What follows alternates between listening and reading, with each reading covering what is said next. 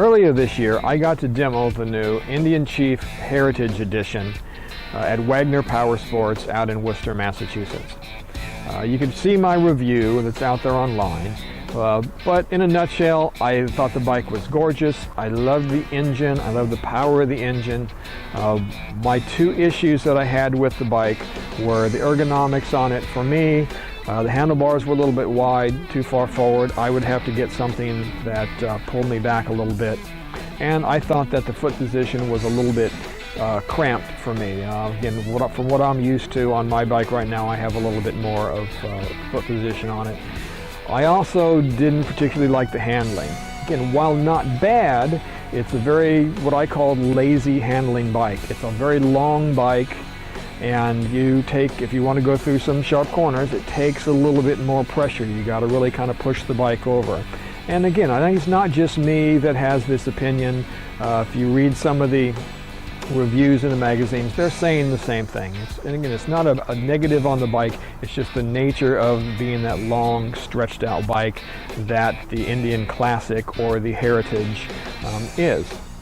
I'm also hearing that from other riders who I've talked to that have test rode these bikes. Now, what I didn't get to ride during that first demo was the new Indian Chieftain. And I was really wanting to ride that initially because that's the kind of bike that I would really be interested in buying if I was going to get one of these new Chief models.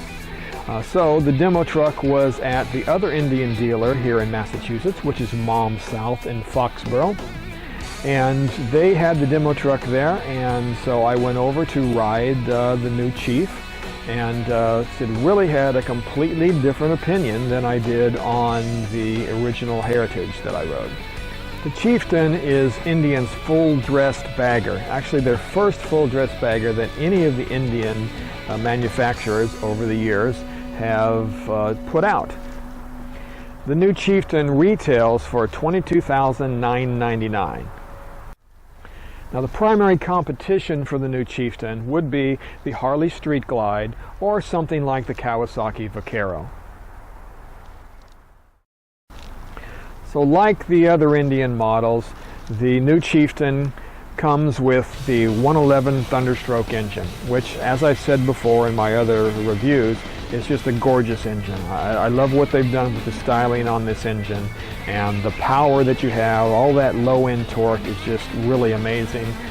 On this particular test ride, we were out on the freeway and we were going 70 miles an hour, and I got to just crank on that thing, and I was up to 90 in 6th gear without a problem. So it really has great roll-on power, so the engine is just really absolutely amazing. Like all the other Indian models, the Chieftain comes standard with keyless ignition. Basically, you got the fob in your pocket, you push the button, flip the switch, and start her up. The dash on the Chieftain is pretty easy to read, all except for one thing. The radio was on the bike that I got on, and I could not for the life of me figure out where the button was to turn the radio off.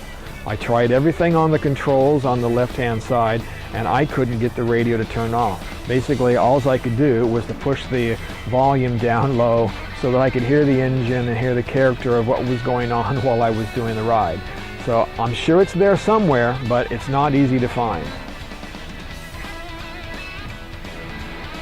While I'm talking about the ergonomics of the Indian controls, one of the other things that I had an issue with was the position of the buttons that raises and lowers the windshield.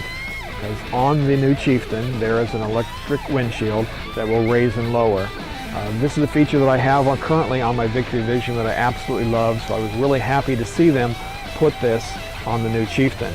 But where they have positioned the controls to move that up and down really requires you to take your hand off of the clutch, off of the handlebars, so that you can get to it. It's, at least for me, with a normal size hand here, I could not reach with my thumb to move that up and down without taking my hand completely off of the handle. So immediately when I set on the new Chieftain, I could tell I was going to like it a lot better than I did the Heritage model of the Chief. Just the ergonomics was more to my liking. I was sitting a little bit more up. The seat had a little bit more of a bucket in it to support you. You weren't sliding back like you were on the seat that originally came on the Heritage. And again, I know that they're going to change that. I believe they're going to put the same seat on all the models now, but on the pre-production bikes that we were riding for the demo, I just did not like those ergonomics very well. But the Chieftain, excuse me, was completely different. It was really comfortable just as soon as I sat on the bike. Now the Chieftain is also about 3 inches shorter than the standard Chief Classic or the Chief Heritage model. So what this translates to is a bike that is much easier to toss around as you're going through some tight corners. On this particular test ride, there's some nice twisty roads that we went down, and it was very easy to toss the Chieftain back and forth. Again, much easier than what would be a lighter bike, but much longer wheelbase for the Chief Classic or the Heritage.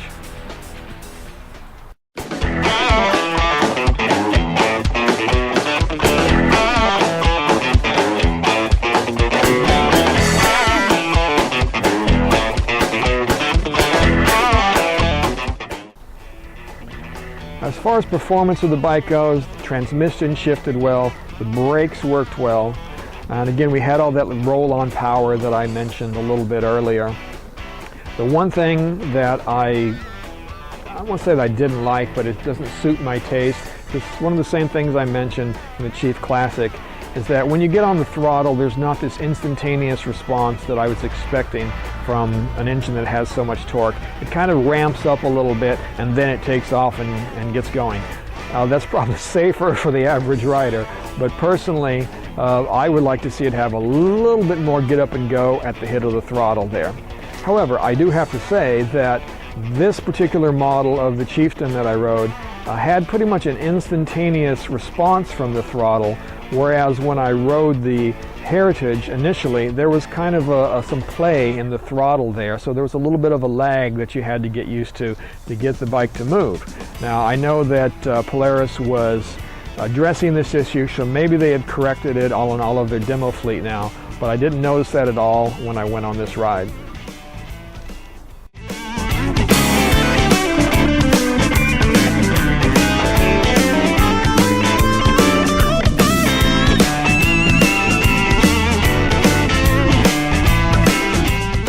Styling on the new Chieftain, well, I guess that's kind of a love it or hate it kind of a thing. I've seen different things of people commenting on the new fairing. Some people love it, some people hate it. Personally, I like it. I'm a fan of that Art Deco kind of streamlined school that they're basing that fairing off of. They say that it's designed off of a streamlined train from like the 1930s, 1940s. So I kind of appreciate that kind of a look. The one thing that I didn't like about it was that Polaris has done a great job of making all of the bodywork on the bike made out of steel, out of metal. But the plastic that they have on the front for that big chrome piece on the fairing, again, while not a big thing, to me, that was a little bit of a negative. They could have made that into a nice piece of billet as well.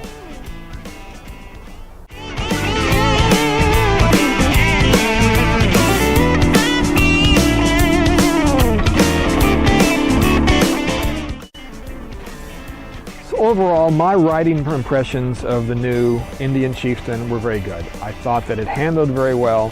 I thought that the engine responded very well. I thought that the brakes, the transmission, everything worked really well.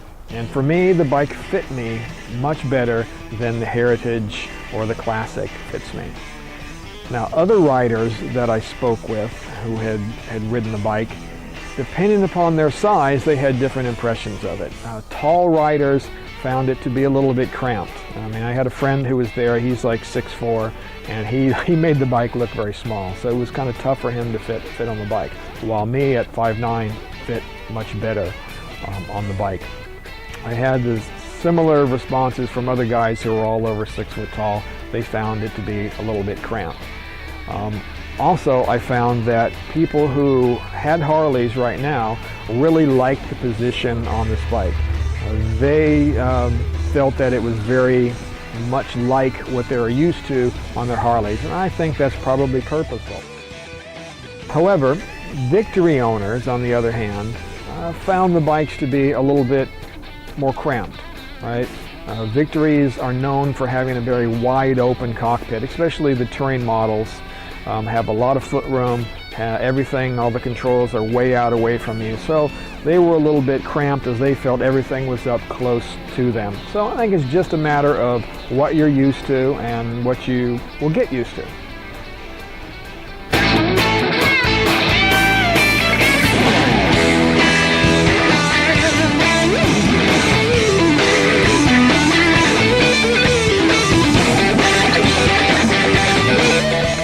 So to bottom line it here, I really like this bike, the Chieftain, much better than I did the Heritage Classic. And definitely if I was going to buy one of the Indians, it would be this model, the Chieftain.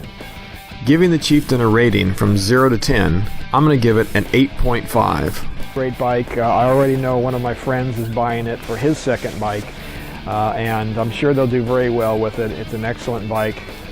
Go out and test ride it.